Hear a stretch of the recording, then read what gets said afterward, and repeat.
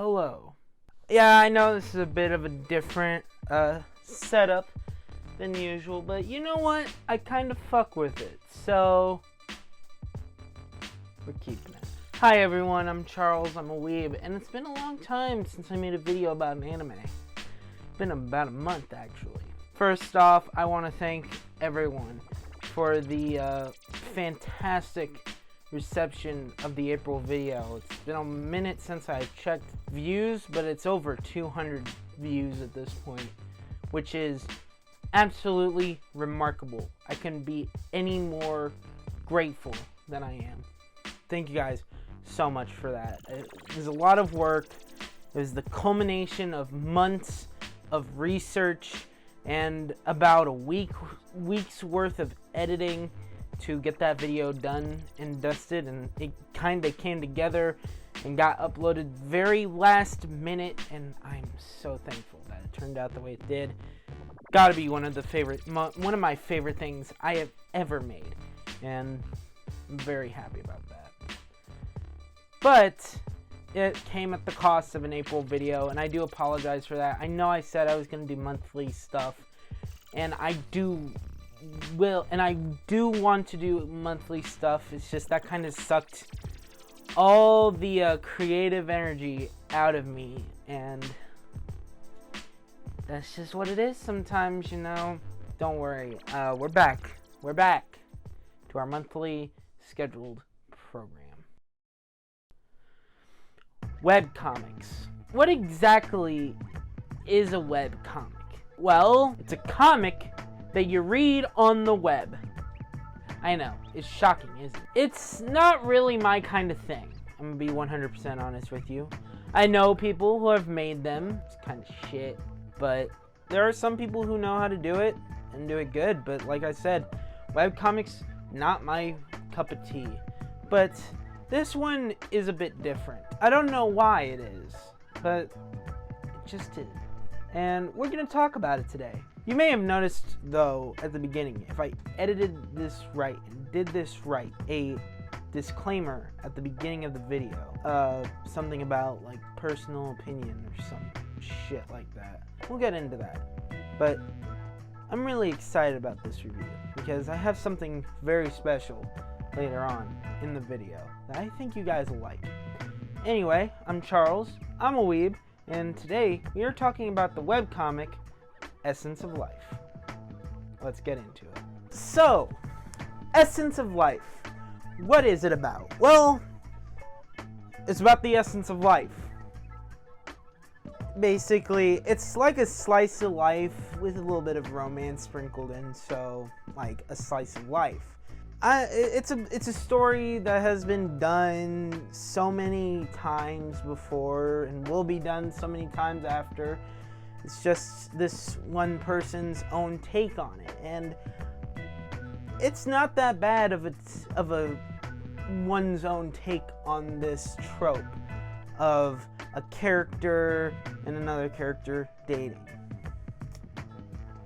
Basically, the webcomic follows a character called Miyasako Aida, but they have a nickname which I have forgotten off the top of my head. Man, I'm professional, guys. Very professional here. It also follows another character named Crystal. They're in high school, and it turns out that Chris has a thing for the main character. They're both women. They're both girls, so. But throughout the series, you see this play out. You see it develop in different ways. There's also a cast of side characters like Lynn, Sam, Ashley, who's introduced later on. He's a pretty chill dude. Dan, who is dating Lynn, and there's like a bunch of other characters introduced. It gets pretty dark at points. In fact, there are some points where it kind of hit really close to home. Like, I don't want to spoil it, but very early on, there's a very pivotal moment that kind of paves the way for the rest of the series for a certain character, and you see the aftermath of this event kind of play out sometimes, and it'll pop up sometimes, and that hit really, really close to home. If you know, you know. But in the way I see it is that is some pretty good writing if it can do that. If a moment in this series can make you kind of hit you like that. There's one character who has this air of mystery around them. This vibe that they will go behind the backs of characters and kind of manipulate stuff behind the scenes. And this character is an example of the solid writing in this story, because, I'm not going to spoil it, it doesn't play out how you think. You think it's going to go one way, but it doesn't. And I kind of respect that. I'm kind of tired of having to be right. I'm tired of looking at a character thinking, oh, they're going to be the villain. And then, what do you know? They're the villain. Which seems to be a common thing in stories nowadays. It's kind of irritating and getting old. There's one story, little mini story, a plot, where the character has to tell, where Miyasako has to tell her parents something. You know, something.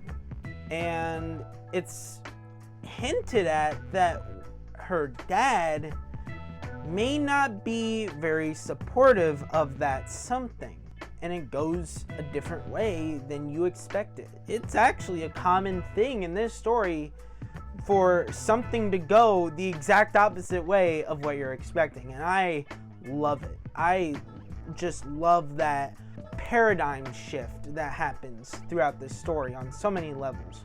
So there are certain things, though, that I feel like are a bit overdone in the story. Like, there's a lot of times where the characters need to talk about something, right? And they go off to somewhere private and talk about it. That happens numerous times throughout the series. And while I understand, because I would probably do the same thing, go off to somewhere, you know, kind of off to talk to someone about something privately. It just feels overused throughout this series. I would like to have seen it like, oh, certain things be like over a one-on-one phone call, or text messages, or email, or fucking pigeons or something, instead of just, oh, during a lunch break they go off to point B, secret talk point, and discuss. It's just, like I said, it feels a bit overused throughout the series, and I would like in the future to see different ways of communication between the characters, which we do end up seeing down the road, especially in the current chapters, which I'm not revealing any of the plot because I feel like you guys should read it and check it out for yourselves. It's free. It's free. I'm linking it down below in the description, of course. But that's really my only complaint about the story, is that little trope that's a bit overused. But I kind of understand where the guy is coming from, because this is really his first major story. He's done short stories based on previous series before. But this is an original story, and this is, I think, as far as I know, his first original story. So yeah, tropes are going to get used, and they may get a little overused if you really like them. Now, if you read the story, you will notice something that didn't personally bother me really that much, but may bother certain people, and that is grammatical errors. There are quite a few grammatical errors and misspellings, but honestly, no one's perfect. It's not that big of a deal. It never really fully affects the flow. Like, I read it, like, whenever I came across it, like, you could kind of very, very quickly piece together what is meant and what the phrasing is. So, in my eyes, it doesn't bother me, but I know some people, it may be a bit bothersome. And that is okay. I wish I could talk to this guy and see if maybe he would be available for like a proofreader or something. I'd be down to help, personally. Who knows? Maybe I'll get a chance to talk to him one day. In the business, we call this foreshadowing. The art is interesting because the webcomic, it has its own like website-ish, where it has like abouts and frequently asked questions, and if you go to the about section, it says that this is pretty early on in his art career when he started it, and you do see that throughout. This series has been going on almost continuously for 7 years, more so to 8 years at this point, and it started back in 2015. Where he just recently started drawing after watching an anime called Nichijou, which we have talked about on the channel before and will talk about again soon. And I respect it. Everyone's got to start somewhere. No one's art is going to be perfect off the bat. You guys do not want to see what my art used to look like, because it's garbage. It's utter garbage. It still really is kind of garbage now. But you see his art improve slowly but surely throughout the chapters and pages, and it's very impressive. In fact, I think one of his recent, I forgot which chapter it was, but it was just really well drawn and laid out, and proportions were fantastic. Now, I'm not an art critic. This isn't an art critic channel. I am not Anthony Fantano, but for art. I'm Anthony Fantano for manga and anime, but not for art. So, I don't really know. I think his art's pretty good. I mean, early on, it's rough, but that is to be expected from someone who just started art not too long before starting this story. So, I'm not really gonna dock any points because of the art. I think it's time we address the elephant in the room. So, as I mentioned in the cold open, there's a disclaimer at the beginning of this video that basically says, I'll probably type it out in editing, but the opinions of this manga are my own and are in no way connected to the author. What does that mean? Well, I may or may not, well, that sounds weird to say, may or may not. I know the guy. I don't know him, but I know him. In fact, I told him that I was making this video. I told him my opinions about it previously, and I talked to him while I was reading it. I follow him on Twitter. I'm pretty sure he follows me on Twitter. He's a pretty chill dude. He's Australian, which is pretty cool. Like I said, I wouldn't say I know him on a personal level, but he's more of an acquaintance, and I respect that, and I think that's still pretty cool.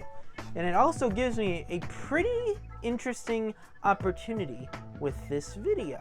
Ladies and gentlemen, for the first time ever on this YouTube channel, and probably the last, who knows, an interview with the man behind this webcomic. His name is Stephen Pace. I'm very excited about this, and please enjoy this not too long, but not too short interview with Stephen Pace, the author of Essence of Life. We're gonna cut to that right now. Yeah, just introduce yourself, make yourself be known. I'm Steven. I also go by S Online. I'm the writer and artist behind the webcomic Essence of Life. All right, thank you for joining me in this interview, Steven. It's an honor.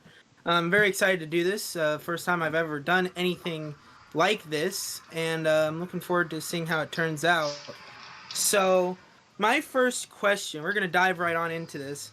You have been working on this webcomic for 7, 8 years now. It'll be officially 8 years on June 1st, I believe. 8 years in a few weeks, yeah. Yeah, a few weeks here. So, first, I wanted to ask, what inspired you to start this? What motivates you to continue on with this comic?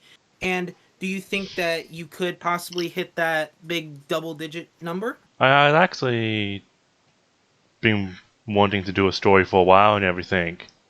And I was working on something else, and then it started to lay the groundwork for what Essence of Life is, and I followed through with it further and further to what it is now, essentially. And I really hope to reach 10 years. That would be really nice and all that. But I am approaching the end. I've just got a few more chapters to script and everything. And I think, like, I've done some maths and everything, and I might be able to stretch to 10 years. I don't know. I hope so. That's where you throw in some filler, Yeah, maybe. Yeah. So, as someone in a field of art, I wouldn't call it the same field of art, but I completely understand why you only do one-page updates, like a page, two pages a week or so. Yeah. But has it ever become a thought of doing a chapter release, like doing a chapter, getting it completed, and releasing it as one big chapter?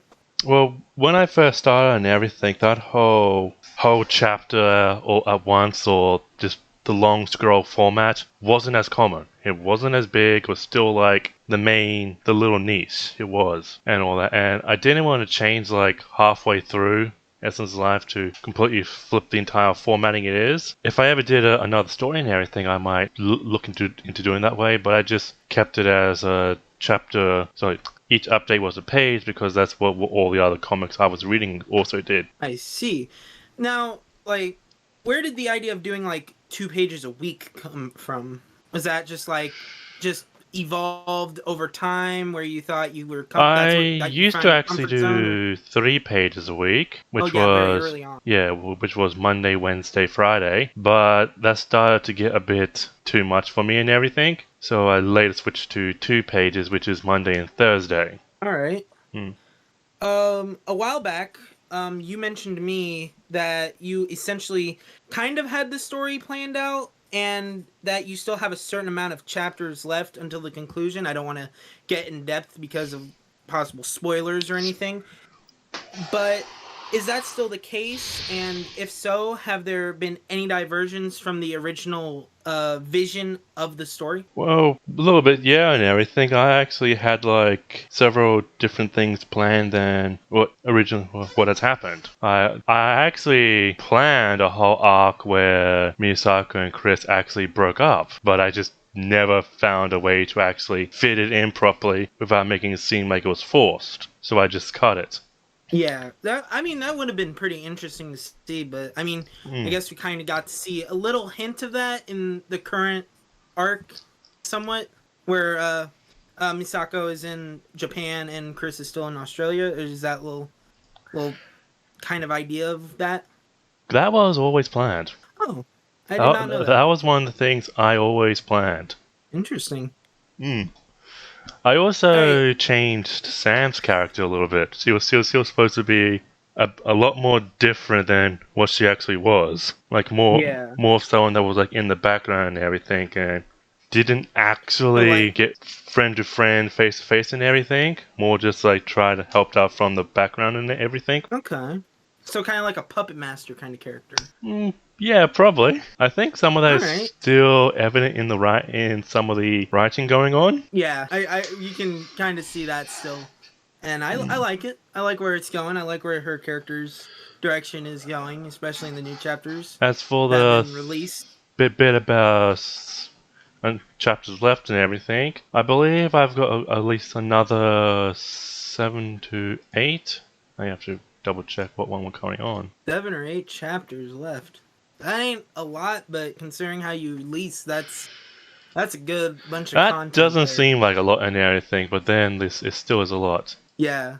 with like how you do your pages, and there's like a bunch of pages a chapter. So yeah, there's still a lot there, and looking forward to seeing that release. Yeah, roughly Many 7 to 8, maybe 9. Ooh, 7 to 8 to 9. Maybe. All right, maybe. All right. Next question. Many authors have a story plotted out from day one. Was it like that for you? Did you have a beginning, middle, and end planned out? And kind of based off of a previous question, but still a good question to ask. I actually mainly just had like key points planned out and everything.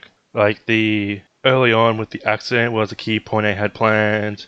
Miyasaka finding out she was moving was a point I definitively had planned. The whole small bit when it was where the story shifts to focus from Chris was planned. And then there's a actual future thing that I can't talk about because spoilers relating to the end that I also definitively had planned.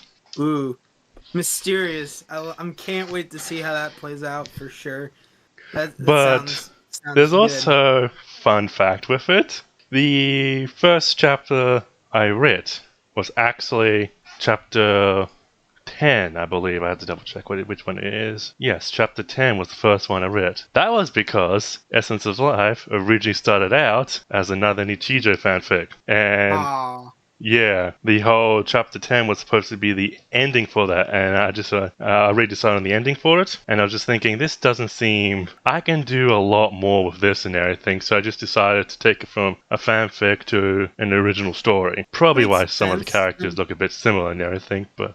Yeah, I can see it. Like, but you built off of it, you made your own thing, and you made something really good. Let's see, what's the next question here? Nowadays, spin-offs are pretty popular. Have you thought about maybe doing a spin-off or a one-shot based on one of the side characters or even the background characters like Lynn or Sam or even Ash? Yes. Well, once I actually knew what Sam's character and story was, I actually wanted to dig more deep into it and show like her side and everything. So like kind of show her backstory leading up to the events? Leading up to the events and also some of the stuff from her side and everything. I like the sound of that. I want to see that. Maybe once I finish and everything, I might look into it. All right, that sounds good. Speaking of once the essence is over, in the series we saw mentions of stories that you might want to do, like Chris's story that is mentioned throughout, or the anime that Maiko gets as a present in chapter 24. In a way, this is connected to the previous question, but have you thought about what you want to do, if anything, after the conclusion of Essence? I haven't thought about it. I've been tossing up with different ideas and everything, and those were also ideas I've come up with during working with Essence of Life that I thought this seems cool, and I've just jotted them down on the side and everything. Alright. Because, like, I think I mentioned to you, when I was reading through the series, and I got to chapter 24, and I saw that, I was like, this is like Serial Experiments Lane, and I've never even watched that, so but I feel like that could be a really cool series to do. There is also something else and everything, because Miyasaka gets a book as a birthday present in... Oh, yeah. I forget which chapter. I've done so many. But I think it's around that same chapter. Is a reference to one of the only other previous works I have done. The whole story she got was originally a script and everything I read way back in 2011. Ooh. But yeah, that's another reference to a prior work of mine. I like it. I like that. I like the references to when people reference like other stuff. You know, that's pretty cool. You once told me that you had a test copy of a physical first volume. You have also once told me that there could be a very, very, very small chance for it to be published. What are the over-under chances of us possibly seeing a physical release, maybe an omnibus style thing in the future? It's a lot of work to get the pages ready for printing, especially the earlier ones, because those were back when I was drawing on paper and then scanning to my computer and then redoing on there, which messed up a lot of the actual page sizing. So I have to do a lot of reformatting of them to fit properly in book form. Later ones and everything are fine because I've basically been doing them all digital, so they already exist in the proper format. But yeah, it's a lot of work. If I'm kind of slowly looking back into it and everything, it might be something I dive deeper once I've gotten everything drawn and written, but it's just pretty time consuming. Yeah, that makes sense. It's probably also pretty expensive, I would think. Oh yeah, I kind of have to go through and make sure like speech bubbles are, because book form and everything, if they're too close to the middle and everything, you probably can't read them as easily. So I have to make sure stuff is further to the edge but not over the edge kind of thing. It's complicated. Yeah, formatting, all kinds of issues for sure. All right, I think this is the last question I have. I do have a couple more after that, just I've coming up with in my brain here. But this one may be one of the more, I guess you would say, a bit stupid. I mean, I know there's no such thing as stupid questions to ask, but have you reached out to people or thought about reaching out to people about maybe getting some of the series animated? Of course, not like a TV thing, but like a little web animation series. Oh, that would be amazing if something like that happened. I have no idea how I would do it in the first place, like who I would go to for that stuff or how I would even start approaching that, but in the possibility that it could happen, that would be so amazing. That would be pretty cool. Like, imagine seeing your own creation like moving and animated. I would be willing really to take sick. the risk and everything. Yeah, because I know you did. I know you have done a little, like not even a dabble, just like a dip your little toe in the puddle of animation work. But that was only for like a GIF. So. Oh yeah, this company's difficult work. But yeah, animation is very hard. So I just thought I'd bring that up. You know, I know likely the answer was probably would be worth no, looking into, but I don't even know where I would start. Yeah, that'd be a whole thing to research on its own. All right, one question that I've been thinking of, because in my review, I think I mentioned it after this segment, but early on the art is still pretty rough, but that appears to be because that's right about when you started drawing as a whole. Is that true? Not long after I started drawing, but yeah. Alright, and because your art exponentially gets better, especially like in the recent chapters, is like where I think it reaches its like zenith of quality. I forgot which chapter it was, but there was like one where I was reading it and looking at the art and I was just like awestruck at how good it was. It was just so good. Great art. Another thing. Now, I mentioned also like there are some like grammatical issues scattered on, mainly early on as they get less and less toward today. Have you ever maybe considered like bringing on a freelance like proofreader maybe? Because I know I joke about it in the video. You haven't seen the video yet. It's still being worked on as we're talking right now. But if you needed a proofreader, I know some people. Well, I was mainly just like really quick and everything with adding the text and everything. Like I didn't properly proofread it and make sure everything was the way it was meant to be. Because like slight grammar mistake, it's mainly just grammar mistakes and all that. Yeah, and I personally like I was able to read it through, like understand what was going on. It didn't affect me, but I know like some people can be different because like a whole lot of things. But I still think that what you have is a fantastic series that I think deserves more attention. And thank you so much for doing this interview. It's been great. I appreciate it. Thank you for reading my work. I hope you guys enjoyed that as much as I did. That was a very special opportunity to do, and I feel like it makes this review even better, in my opinion.